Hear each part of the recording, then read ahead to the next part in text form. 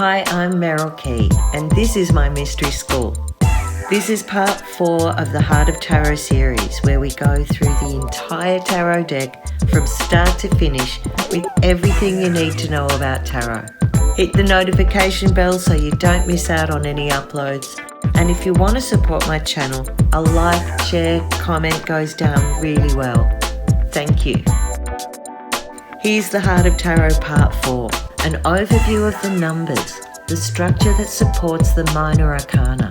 Get your cards ready, get your journal ready, and let's kick off. Numbers are really useful in a reading because you can use them for timing or the number of situations a person has to go through. You can tie it to any knowledge you have of numerology.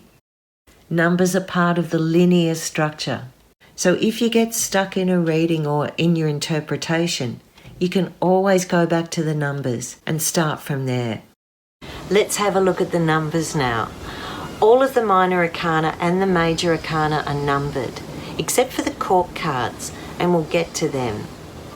Numbers carry a great symbology, and if you're kind of a logical thinker, just using the numbers can help you do an interpretation. If you're really interested in numbers, you could Google or follow or study numerology, which gives a great in-depth look at the study of how numbers carry an energy and what that energy means. It's also part of that archetypal way we take in the symbols. Number 1. One is a leader. One is alone. One is at the top. One is a pioneer and a beginning of all the new adventures. Have a look at your ones. They're all open and bursting with possibility. 1 is the number of a new beginning. Number 2. 2 is the number of union. It's the number of seeking out the other. After we've had one, we want to be able to reflect back. And so all the number 2s show that balance. 2 is a number of balance. It's a number of relationship, and it's the number of duality. 3 is the number of creativity.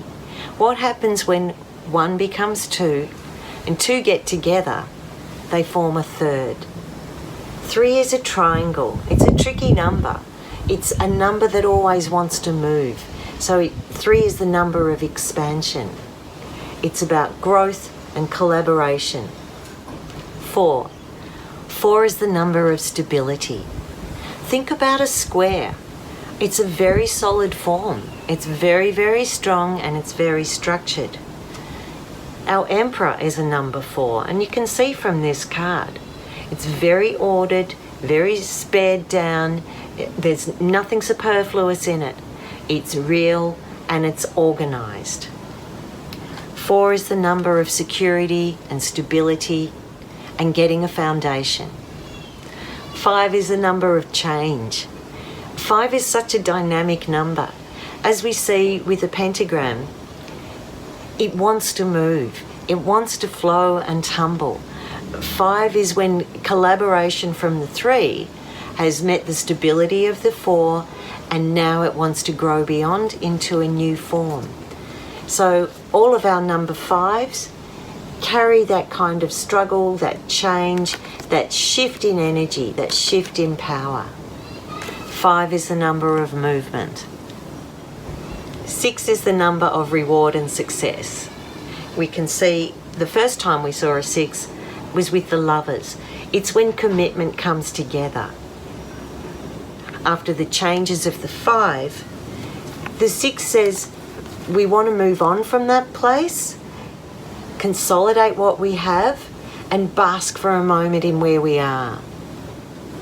6 is a creative number, but it's also a number that reaches a kind of completion, a balancing. 7 is a number of struggle. We can see, first saw it with the Chariot, the conflict, being prepared and ready for battle. 7 is a natural completion. There are 7 days in a week. The 7 is that lucky number for many people. Originally there were 7 planets we can see in the sky. So it's kind of an edge of a reality but knowing that we have to persevere. So with 7, there's a bit of a struggle. All 7s show some sort of struggle. We find the struggle of wondering what to do next, of procrastination. There's moral struggle that comes up with the swords, the mental level. The wishful thinking when our emotions are clouded. And the trying to get to higher ground that we see in the 7 of Wands. 7 is a kind of a magical number. It's a lucky number. It's a symbolic number that reaches also a mystery where we want to find out more. We have to hold our ground and find out more. 8 is the number of attainment and movement. 8 is a figure 8. It's constantly in movement. Its 2 cycles come together and they flow and merge into a 1. If you look at 8 being a 4 plus a 4, so 2 times the structure, we know we've reached a level of comfort and accomplishment. So with all of the 8s, we see what we're going to do and what the next move needs to be to take us into the final stages of the journey. 8 is that number of attainment. 9 is the number of wisdom. It's very close to the end of the cycle, the 10, where we begin back at 1 and 0. So 9 is like the hermit, where we're seeking answers and reflecting back on where we've been. All of these 9s show something of that story. 9 is the number of assessing where you are before you complete the journey, which is always the beginning of the next journey, the 10.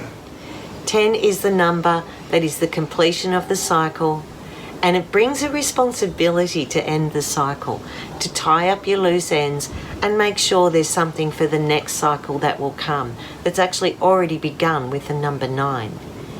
With the 10s, we can see where that completion ended, either in burden, in happiness, in stress and pain, or in physical and mental generational happiness and security.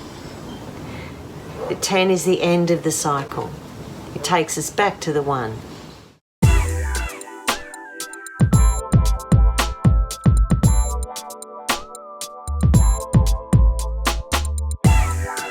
Next in this series, we'll be diving in deep into the major arcana, the Fool's Journey, and we'll go through every card and the way the story develops. Hit the notification button so you don't miss out. I'm Meryl Key, and this is my mystery school.